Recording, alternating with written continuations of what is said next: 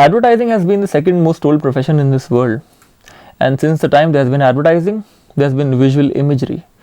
Although television is a medium which communicates to a further reach of audiences as compared to print, but since it's expensive, we come back to print advertising.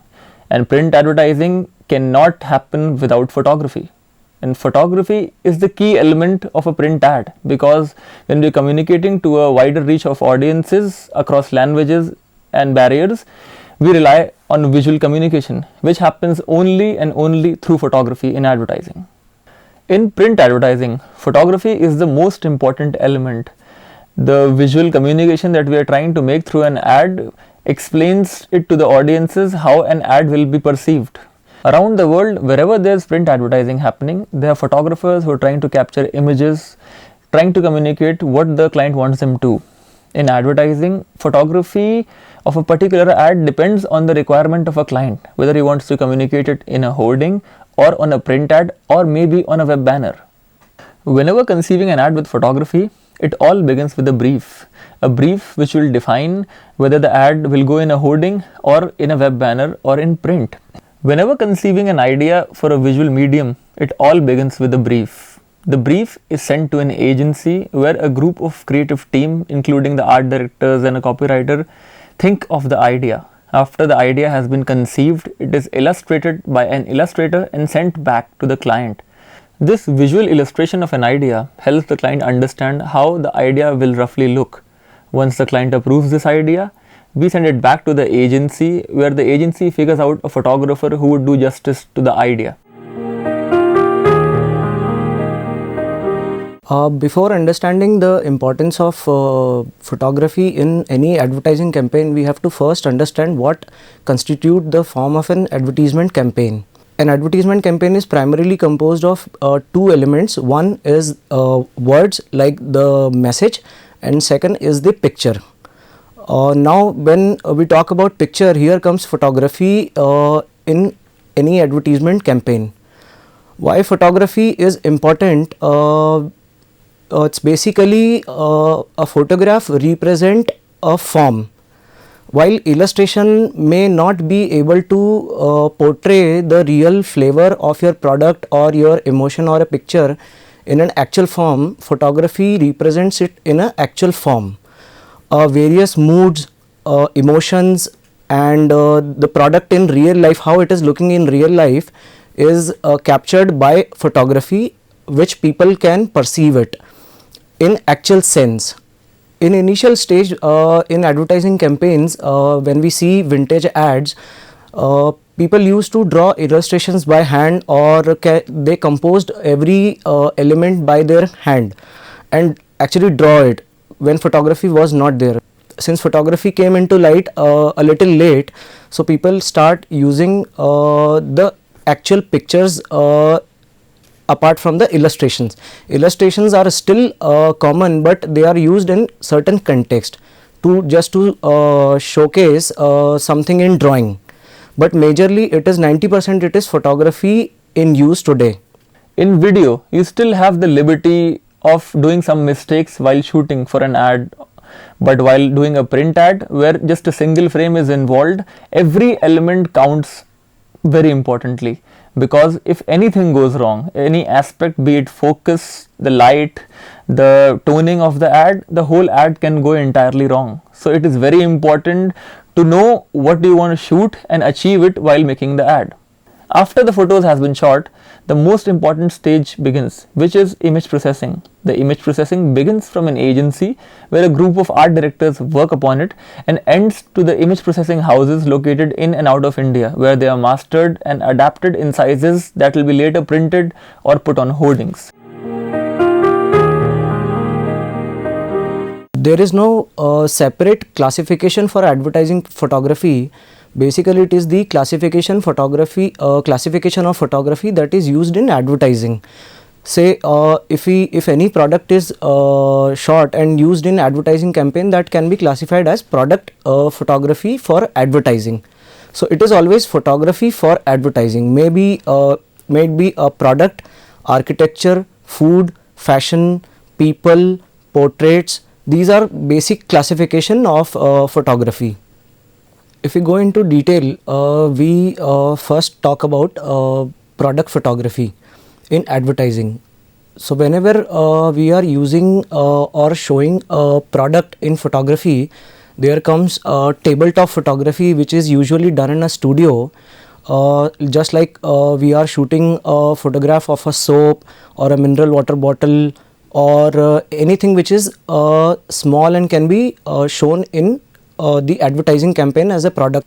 Some of the very common examples where product photography is used are cosmetic products, edible products, mobile phones, and FMCG products.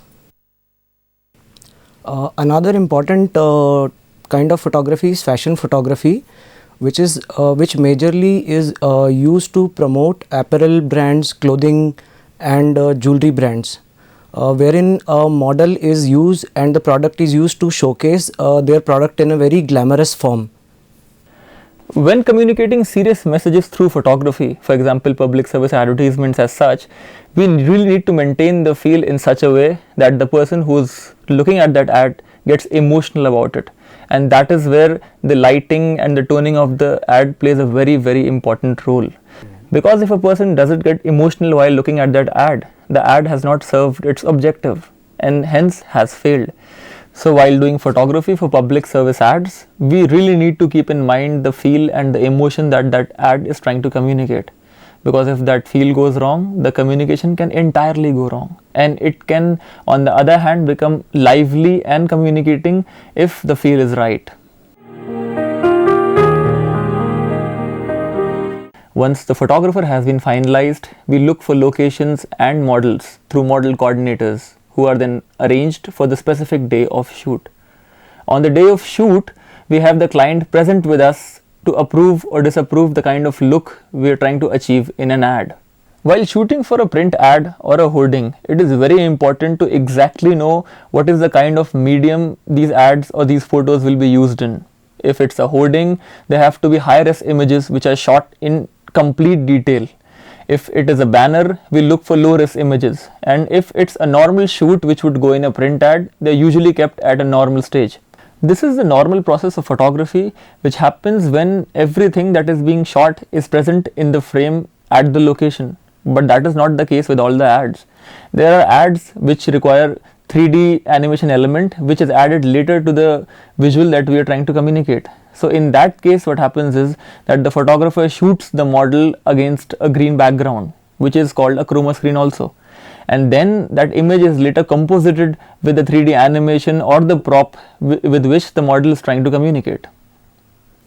Before reaching to the final hands of the advertising agency, a photograph after the shoot goes through many quality checks before the final delivery. These are primarily one, image sorting, the selection of the right image.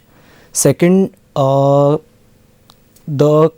right quality of image. Quality can be further classified into whether the image is taken from the right angle or not, whether the image is clean, there are no unwanted objects, the correct colors of the image while shooting are coming or not. Third, before delivery, the color mode has to be checked, in what color mode the agency require the photograph to be used in the ad campaign. Fourth is the sizing of the image. Before shooting any photograph for the campaign, the purpose of the photograph has to be very clear, which is usually judged from the storyboard the agency is providing. Second, what kind of tone the photograph is demanding, whether it is black and white, colored or a sepia tone. Third, the usage of the photograph, whether the photograph is going to be used in a newsprint campaign or a hoarding. Size and camera is decided as per the requirement of the photograph in the campaign. After the photos has been shot, the most important stage begins, which is image processing. The image processing begins from an agency where a group of art directors work upon it and ends to the image processing houses located in and out of India, where they are mastered and adapted in sizes that will be later printed or put on hoardings. The pictures that have been shot are processed by the group of art directors who work on software like Adobe Illustrator, Adobe Photoshop to give that image that final shape required. That images, once processed, are sent back to the client to get the feel approved. Once the feel is approved, they come back to the art director, who then tries different fonts on it to place the copy and give it that exact feel in which it will be communicated to the target group. Once that art has been finalized, it is again sent back to the client, who at times researches on it in the target group or shares it with his group of peers in the office and approves or disapproves the ad, which is then sent back to the agency. If the ad has been approved, it goes for mastering. This mastering happens at agencies outside India usually, because in India we don't have that kind of skilled people who can give it the shape we require. These kind of agencies are based in Singapore, Thailand, Bangkok, where people are far more technical in terms of executing it than us. These images are then mastered there, and that mastered image comes back to us, and then it is all set for being adapted to a hoarding or a web banner or a print ad. Software is an integral part of post-production of any kind of photography, whether it is commercial photography or any other photography used for advertising campaigns. Right from sorting the photograph to the final delivery, software plays an important role in various aspects. One, the software is capable of doing the color correction. Cleaning is done on the software. Special effects are applied on software, whether it is black and white, sepia or any other color effects, like giving a photograph a retro feel can be applied only on softwares. Previously it was done in the laboratories, but now since the digital age has come, it is the post production is completely done in the software. Apart from color correction and cleaning, software is also used to provide special effects to the photograph. For example, HDR effects, retro effects and sepia effects are the effects which are being used by photographers very commonly. Not just special effects, but multiple photograph merging is also very common these days. To develop a panoramic shot, a photographer shoots 5 or 10 or 15 multiple photographs and stitch them together to give a 180-degree view to the photographs. This is also done in the softwares. Some of the commonly used software for editing photographs are Adobe Photoshop, Corel Photo Paint, Aperture and Lightroom. When the picture has been processed by the art directors at an agency, it is then sent for mastering. This mastering happens outside India at image processing houses, which work on the minutest detail of these ads and give it the required shape. This mastering is required because the adaptations that take place for an ad are innumerable. From a print ad can have 8 to 10 different sizes, and a web banner can have 2-3 options, and a hoarding can also have similar different options. So in all these houses, different adaptations are made again and again. Sometimes while taking pictures, we don't get the required effects just by photography. So these effects are also then enhanced by these image processing houses. For example, if there's a picture where there's a model standing in forefront and we need good dark clouds in the background, and we're not getting them in the shoot. So all this mastering is then done by the image processing house, which makes the cloud look as real as the person who's standing under them. While shooting exterior locales for picnic parks and theme parks and resorts, we need panoramic perspectives. These perspectives show a very wide angle of the location and includes as many beautiful elements as possible. By this, the viewer who is watching that ad understands how that location will look like and gives him a feel of it being around him. While shooting interior locations, it is very important to define the whole location in the frame you are trying to capture. For example, if there is a model in the forefront and a door or a wall in the background, they should merge in other so beautifully that the person who is watching the ad shouldn't feel as if it was shot, but gives him the exact feel that he would look at if he would look at an original location. Experimental photography is also just not a result of a single picture a lot of times. Sometimes a photographer takes more than 10 shots and then composites all those 10 shots into one to give that one perfect image required by the client. This image that is finally produced after taking those 10 shots is then further composited in its tone and color to give the shape that will make it look effective. When all these images, whenever they come out, look entirely different from any image that anyone has ever seen because of the fact that it has 10 combined perspectives in it, which is not possible to be viewed by the naked human eye. Using stock photographs has become a very common practice these days because of the following advantages of stock photography. One, it saves a lot of time and energy. Second, it is very cost effective.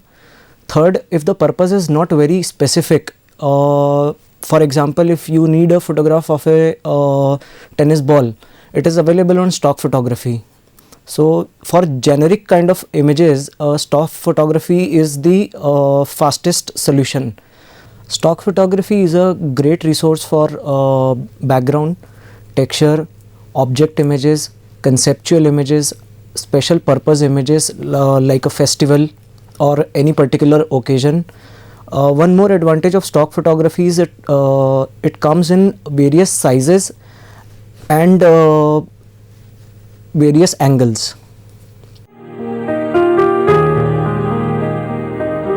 Since the time photography has evolved from just a film to digital formats, photography has been much easier for advertisers. Now, while we are at a shoot, we are not dependent on a roll which gives us just 32 images. We can scroll through thousands of images and then finalize the image we need to shoot, which gives us much better pictures in much better formats and in much better tones than the previous ones.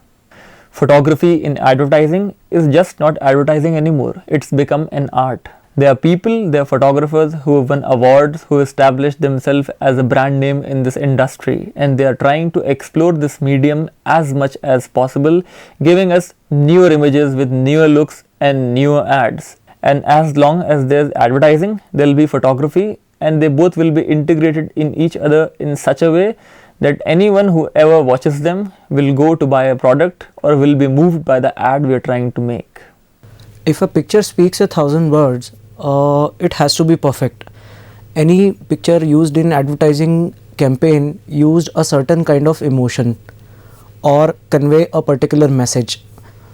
For every photograph, the plan or the objective has to be defined properly. No photograph is complete if it is unplanned. Once the objective is defined, the photograph has to be perfect.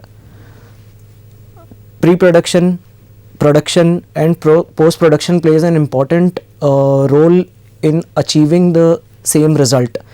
But ultimately it is the concept which is very important.